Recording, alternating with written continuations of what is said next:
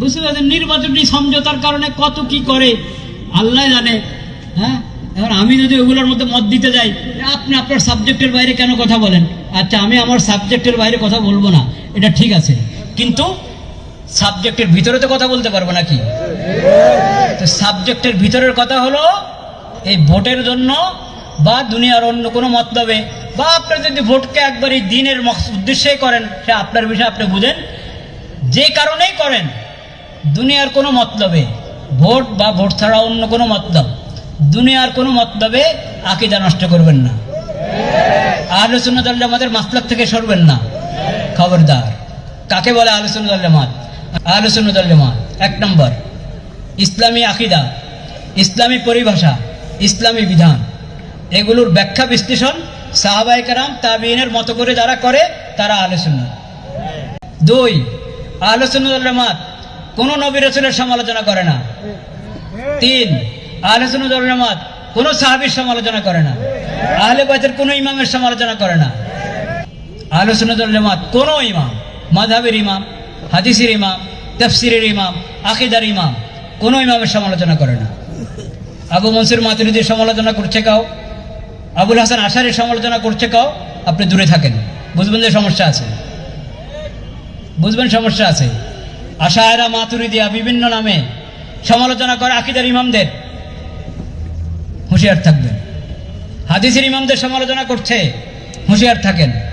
মাযহাবের ইমামদের সমালোচনা করছে, হুঁশিয়ার থাকেন, কোন ইমামের সমালোচনা করে না। ৫ নম্বর,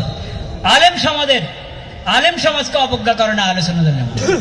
যারা আলেম সমাজকে অবজ্ঞা করে, মানুষকে আলেমদের থেকে বিচ্ছিন্ন করে, দূরে সরায়, আলেমদের ব্যাপারে বদগুমান এবং বদজবান করে তুলে মানুষকে, তারা কখনো আহলে সুন্নাতের লোক হতে পারে না। তাহলে আপনি এই মাপকাঠি দিয়ে চিনে নেন।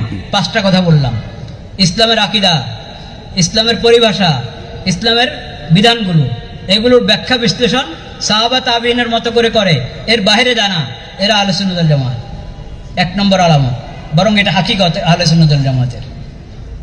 আহলে সুন্নাত ওয়াল জামাত কখনো কোনো নবী রাসূলের সমালোচনা করে না। যাকে দেখবেন নবী রাসূলের সমালোচনা করে, সে দিল্লির মিম্বরে বসে করক আর লাহোরে বসে করক, যেখানে বসে করক, নবী রাসূলের সমালোচনা যে করে আহলে সুন্নাতের লোক হইতে পারে না। তারা দেখা এমন লোকদেরকে যারা গুরু মানে, তারা আহলে সুন্নাতের রাস্তায় নাই। কোন সাহাবীর সমালোচনা না, আবু বকর ওমর রাদিয়াল্লাহু তাআলা আনহু, না আলী রাদিয়াল্লাহু তাআলা আনহু, না ওসমান রাদিয়াল্লাহু তাআলা আনহু, না মুআবিয়া রাদিয়াল্লাহু তাআলা আনহু,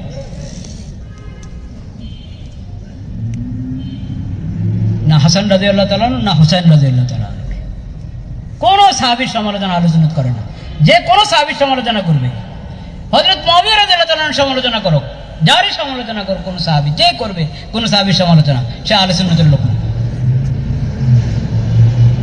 ইমামদের সমালোচনা যে করে, ইমামদেরকে আল্লাহ বানিয়েছেন ইমাম, রাহবার, তুমি তাদের সমালোচনা করো। ইমাম আবু হানিফার সমালোচনা করো, ইমাম শাফি, মালিক, ইমাম আহমদের সমালোচনা করো, হাদিসের ইমাম ইমাম বুখারী, মুসলিম, তাদের সমালোচনা করো। আকীদার ইমাম আবুল হাসান আশারী, আবু মনসুর মাতুরিদি, ইমাম তাহাবী, তাদের সমালোচনা করো। যে কোনো শাস্ত্রের যাদেরকে আল্লাহ উম্মতের জন্য রাহবার বানিয়েছেন, তাদের যে সমালোচনা করে, সে আহলে সুন্নাতের লোক হতে পারে না।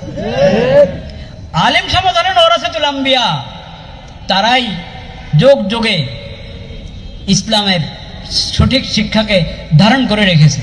ইয়াহমিলু হাযাল ইলমা মিন কুল্লি খালাফিন উদুলুহু ইয়ানফুনা আনহু তাহরিফাল গালিন ওয়া ইনতিহালাল মুবতিলিন ওয়া তা'ওয়িলাল জাহিলিন। তুমি ঢালাও ভাবে পুরো আলেম সমাজকে অবজ্ঞা করো, আলেমরা কি বুঝে, আলেমরা কি জানে, বাদ দাও আলেমদের কথা। এই ধরনের বাক্য যাদের মুখে বের হয়, ওরা আহলে সুন্নাতের লোক হতে পারে না। কাজেই হালাত যেমনে হোক, আকীদার ব্যাপারে মজবুত থাকতে হবে, আহলে সুন্নাত ওয়াল জামাতের মাসলাকের উপরে মজবুত থাকতে হবে। আল্লাহ তাআলা সেই তৌফিক আমাদেরকে দান করেন। ওয়া আখিরু দাওয়ানা আলহামদুলিল্লাহি রাব্বিল আলামিন।